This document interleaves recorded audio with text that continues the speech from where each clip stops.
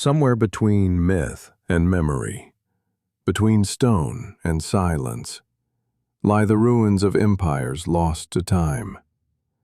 Vietnam, known today for its emerald coastlines and heroic modern history, holds stories far older. Tales that stretch back thousands of years, to kings of legend, temples of fire, and cities carved from the jungle. These are the forgotten empires of Vietnam. Names erased by war, rivers, and time, but not lost. Before the Nguyen dynasty, before even Dai Viet, there were others, hidden beneath rice paddies and buried in folk tales. This is their story. Long before the first Chinese foot touched the Red River Delta, before any written history, there was a kingdom. Or perhaps a collection of clans, cultures, and shared myths. That kingdom was called Văn Lang, and it lies at the edge of legend. According to Vietnamese tradition, the Hùng kings, 18 generations of semi-divine rulers, presided over Văn Lang beginning more than 4,000 years ago. Their story begins with two mythical beings, Lac Long Quan, the dragon lord of the seas, and O Ke, the fairy of the mountains. Their love produced 100 sons. 50 followed their mother into the highlands. 50 followed their father to the coast. The eldest of them became the first Hùng king. This myth is not a dusty tale trapped in old books. It's a living belief. Every year, millions of Vietnamese still climb the hills of Phu Tho to pay homage at the Hùng temple. They burn incense, offer sticky rice cakes, and recite ancestral prayers. It is not history as evidence, but history as memory, faith, and identity. Văn Lang was centered in the Red River Delta, a rich alluvial plain where the ancestors of the Vietnamese people first planted wet rice, built stilt houses, and formed tribal confederations. They fished, farmed, and forged tools. And above all, they cast bronze. The Dong Sung culture, often associated with Văn Lang, produced some of the most intricate bronze artifacts in ancient Southeast Asia. The Dong Sun drums are not only musical instruments, they are calendars, maps, and totems. Decorated with images of warriors, birds, boats, and ceremonial dances, they offer a glimpse into a world both orderly and spiritual.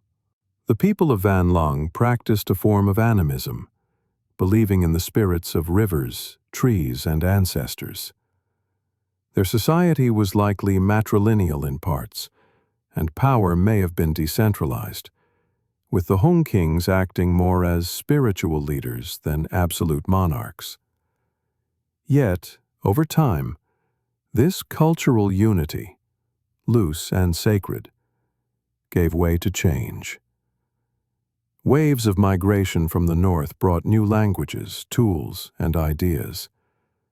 Pressure from neighboring tribes increased.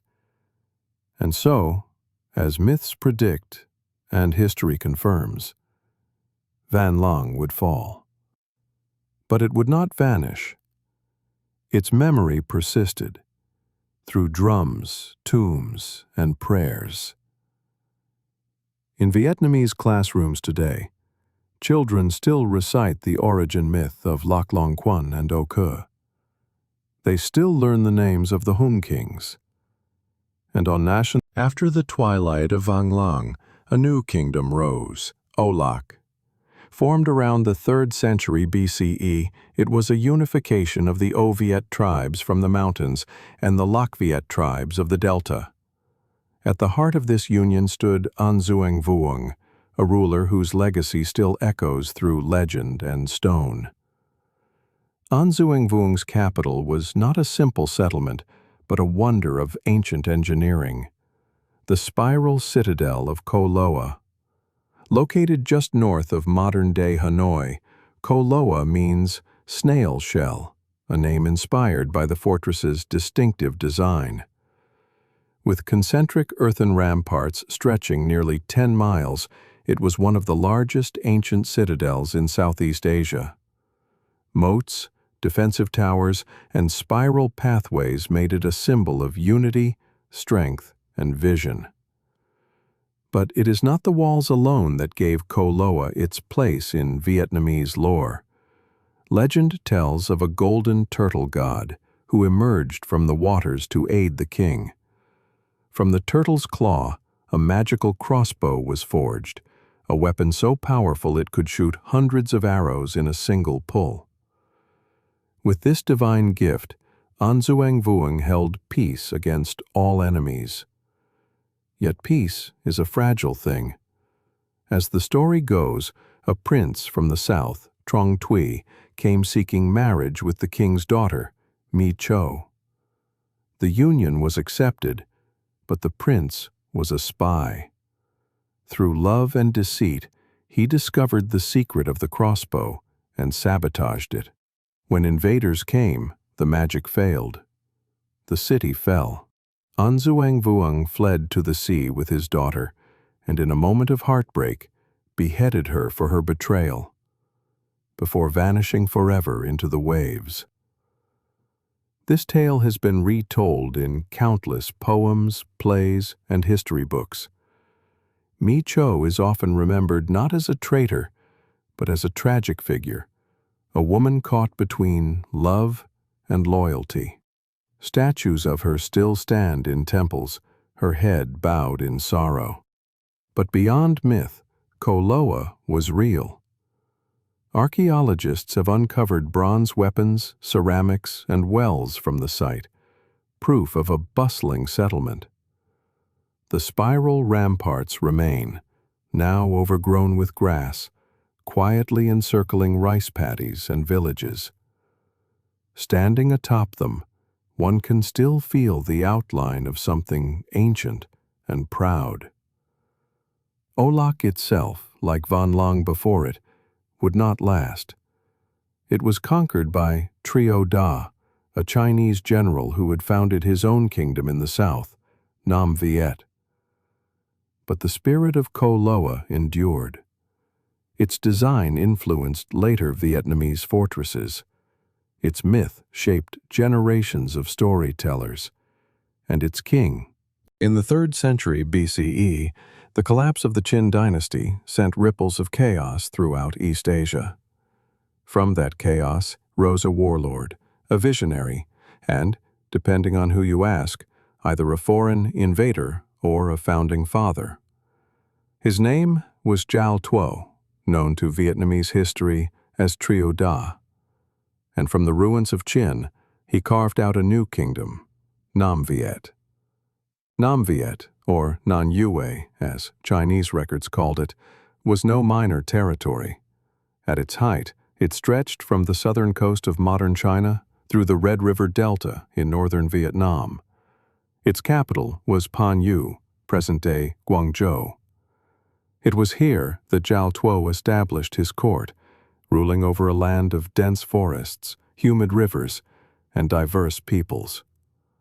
Unlike typical conquerors, Giao Tuo did not seek to erase local culture.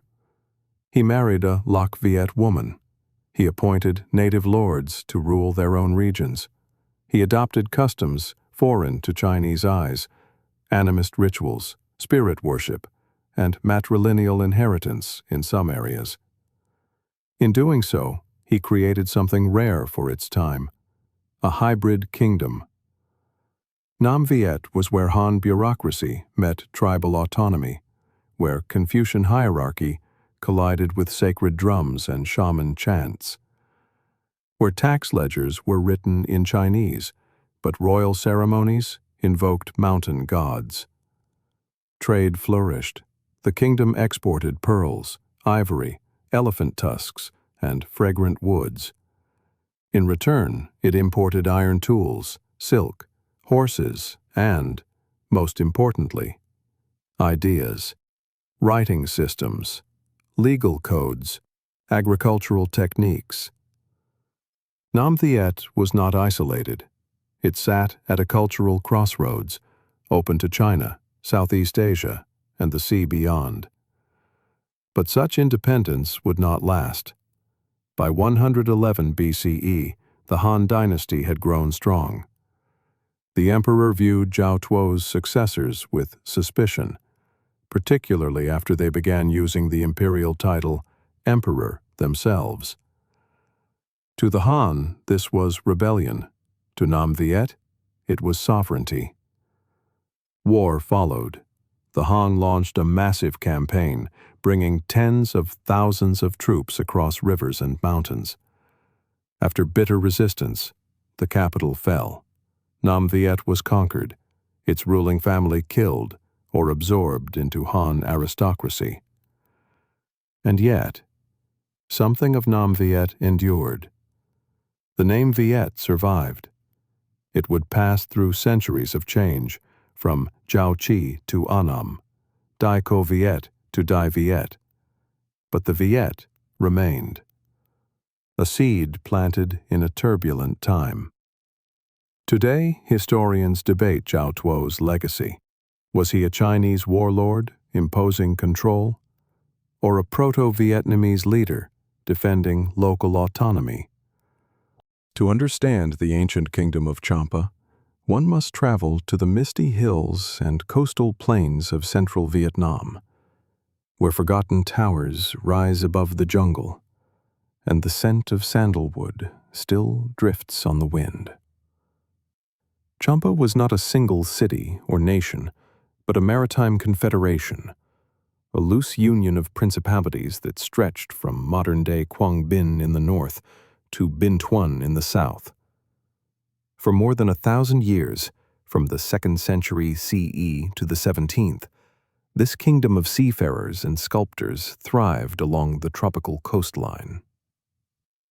The Chams, its people, spoke a language from the Austronesian family, the same root as those in Indonesia, the Philippines, and Polynesia. This linguistic connection suggests a deep heritage of oceanic migration. They were not mountain builders, they were people of the sea. But it was on land where they left their most stunning legacy: temples of brick and fire. At sites like My Son, Po Nagar, and Hoa Lai, the Chams erected dozens of towers dedicated to Shiva, Vishnu, and other Hindu deities. Their red brick towers rose like candles in the jungle, carved with dancing apsaras, lingams, and lotus petals. Their religion blended Indian traditions with local beliefs. The Chams practiced Shaivite Hinduism, though Buddhism also took root in later centuries. Ceremonial dances were performed in honor of the gods, with bronze gongs, silk costumes, and sacred fire. But Champa was more than faith. It was commerce. With its harbors open to the Indian Ocean and South China Sea, Champa became a hub in the maritime Silk Road. Spices, ivory, frankincense, and slaves passed through its ports.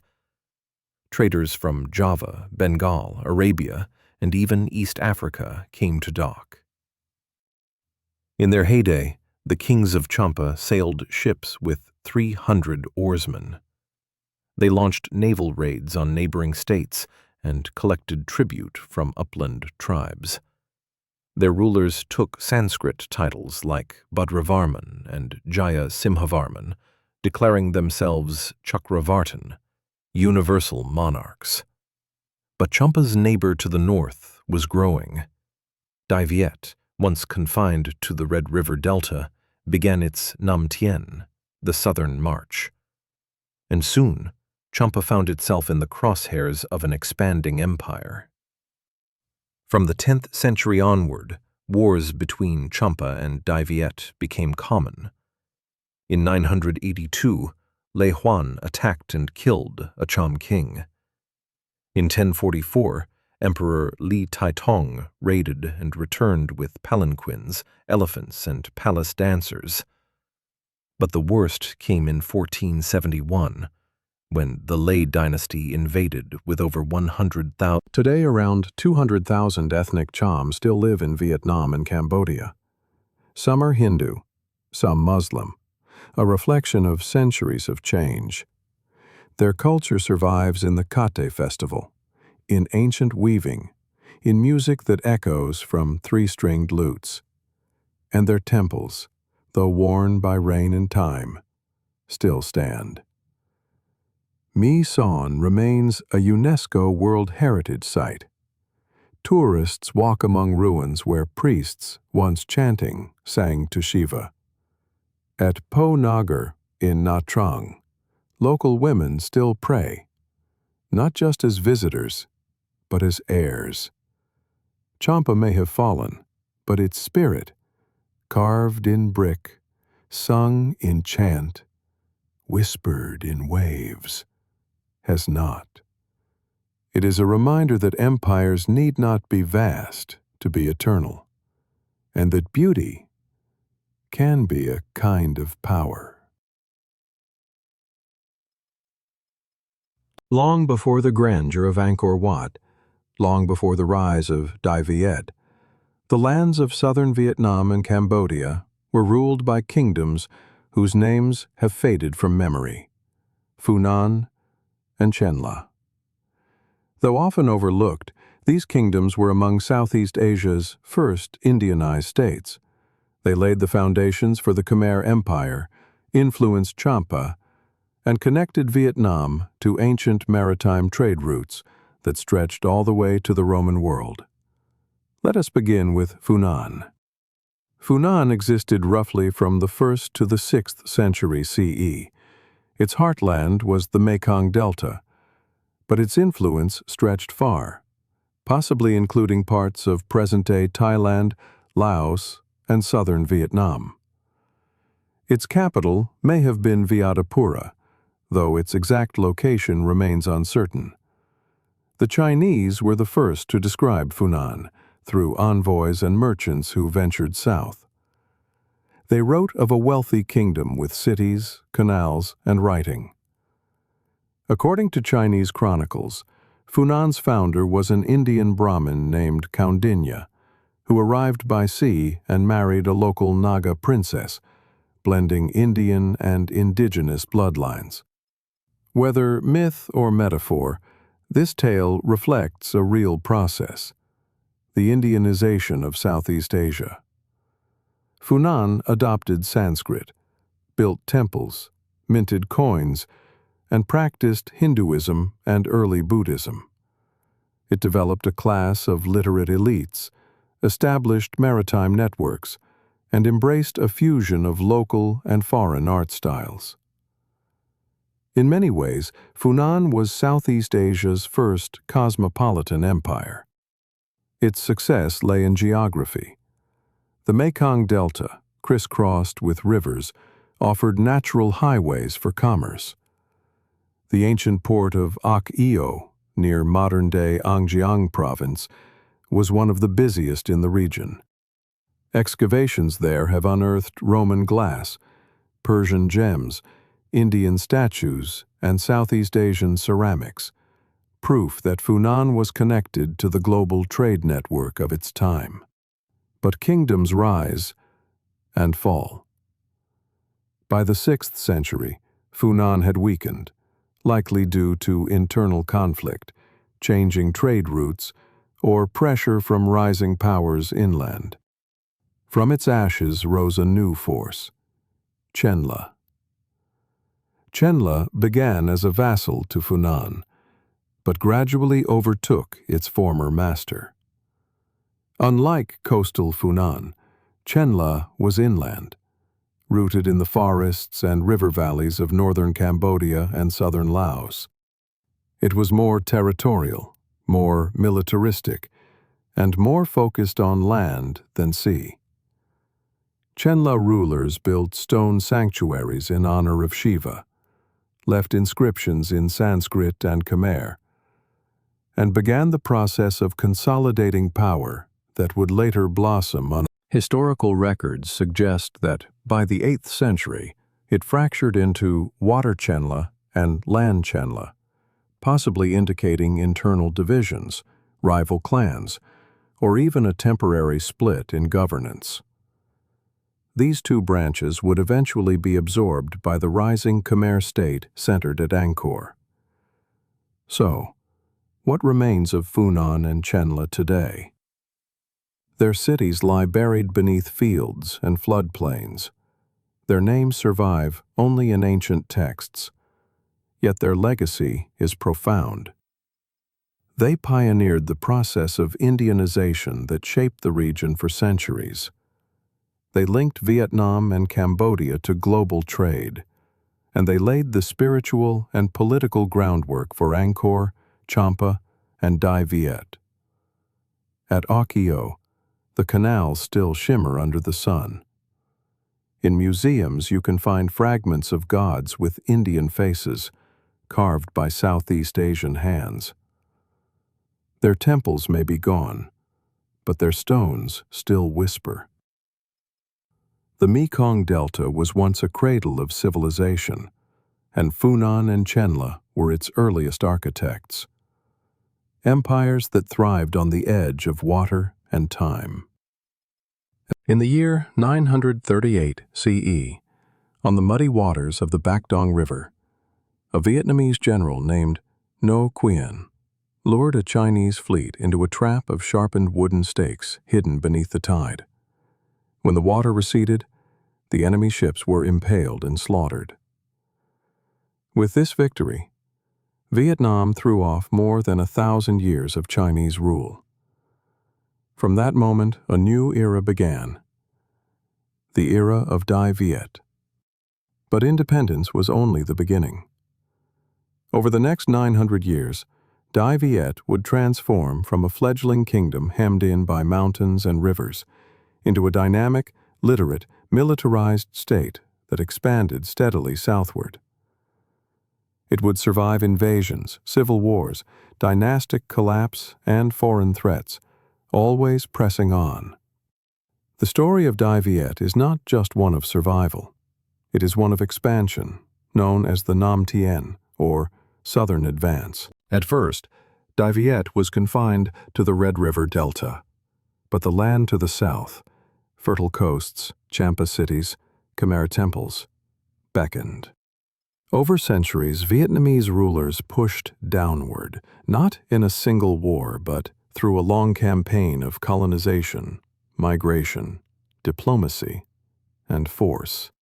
Under the Le dynasty, 1009 to 1225, Vietnam saw urban development, Buddhist temple construction, and the codification of law. The Trun dynasty, 1225 to 1400, brought military strength, defeating the Mongols 3 times and asserting Vietnam's place in the region. By the 15th century, under the Le dynasty, Dai Viet reached new heights. Le Thanh Tong, often called the Vietnamese Emperor Augustus, reformed the bureaucracy, standardized Confucian education, and launched a massive southward campaign. In 1471, he destroyed Vijaya, the capital of Champa. Tens of thousands were killed or captured. Champa's heartland was absorbed. But this was only the midpoint of the Nam Tien. Throughout the 16th to 18th centuries, as the Le dynasty weakened, 2 powerful clans, the Trinh lords in the north and the Nguyen lords in the south, ruled in parallel. The Nguyen, based in Hue, continued the southern push. They established Vietnamese settlements in what is now central and southern Vietnam, building roads, irrigation, markets, and temples. Eventually, they reached the Mekong Delta, where the Khmer Empire had once flourished. Through a mix of war, marriage alliances, and migration, the Nguyen secured the region. By the 18th century, what had once been a patchwork of Cham, Khmer, and upland tribal lands had become Gia Dinh, the Vietnamese South. This expansion was not without cost. The Nam Tien displaced thousands. The Chams were pushed to the margins. The Khmer lost their lands in the delta. Montagnard tribes in the highlands saw their cultures eroded. Yet from this movement also came synthesis. Vietnamese adopted Cham irrigation techniques. They absorbed Khmer place names. They built Confucian schools on top of Hindu temples and planted rice in foreign soil. By the time of the Nguyen dynasty, 1802 to 1945, the modern shape of Vietnam, a long S-shaped strip hugging the sea, was largely complete. But beneath the national unity lay layers of memory, of erased borders and silent voices. The Long March south was not just military. It was cultural, linguistic, spiritual. It changed not just maps. In the late 18th century, while the Nguyen lords ruled the south and the Trinh lords dominated the north, Vietnam was fractured, politically, economically, spiritually. Corruption ran deep, peasant taxes soared, and the common people bore the weight of aristocratic greed. From this unrest emerged a force no one saw coming, not from the palaces of power, but from the dusty plains of Binh Dinh. There, three brothers of humble origins, Nguyen Yak, Nguyen Huê, and Nguyen Lu, would launch a movement that shook the foundations of Vietnam and left behind a legacy both glorious and tragic. This was the birth of the Tay Son Rebellion. At first, it was a peasant uprising, but the Tay Son quickly evolved into a revolutionary army, disciplined, charismatic, and fueled by the fury of the oppressed. They spoke not only of taxes and hunger, but of justice, equality, and the unity of a divided land. In the 1770s, they swept across central Vietnam, defeating the Nguyen lords and seizing Ya Dinh, present-day Saigon. Then they turned north. In 1786, Nguyen Huê marched into Tang Long, Hanoi, ending centuries of Trinh control. For a brief moment, Vietnam stood on the edge of reunification. But storms brewed on the horizon. In 1788, as Nguyen Huê consolidated power in the north, the Qing dynasty of China, at the request of a deposed lay emperor, sent over 200,000 troops into Vietnam to restore their puppet. It was a show of imperial might. But what followed stunned the world. On the first day of the Lunar New Year in 1789, Nguyen Huê, now Emperor Quang Trung, launched a surprise counterattack. With lightning speed, his forces crossed hundreds of kilometers in mere days. At the Battle of Ngoc Hoi, Dong Da, Vietnamese troops routed the Qing. Cannons roared, elephants charged, Chinese generals fell in the mud. The invaders fled, and Quang Trung stood triumphant. He returned to the capital as a national hero. His rule, though brief, brought bold reforms, promoting the Nom script over Chinese characters, advocating for universal education, encouraging agriculture, and reorganizing local administration. But fate gave him little time. In 1792, at just 39 years old, Quang Trung died, likely from illness. His death shattered the fragile unity he had built. Without his leadership, the Tay Son began to unravel. Meanwhile, today, in Quy Nhon, Hue, and even Hanoi, statues of Quang Trung stand tall. Schools bear his name. Historians revisit his campaigns with awe.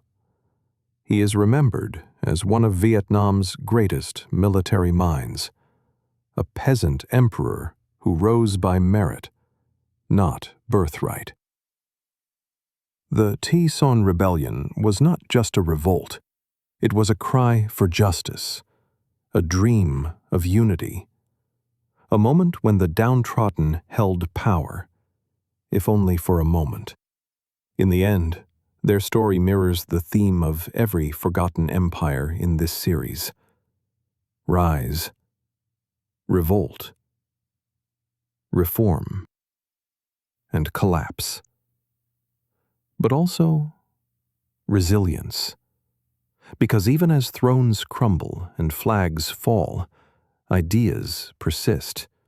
The dream of a Vietnam led by virtue, not lineage, by merit, not money, still flickers in every classroom that honors Quang Trung, in every poem that tells of Mi Cho, in every ruined tower at Mi Son, in every stone canal at Ok Eo. These are not just ruins. They are reminders that history does not vanish. It waits, whispers in the jungle, stones in the rice fields, names buried in mud. These are the forgotten empires of Vietnam, but they are forgotten only if we stop remembering them.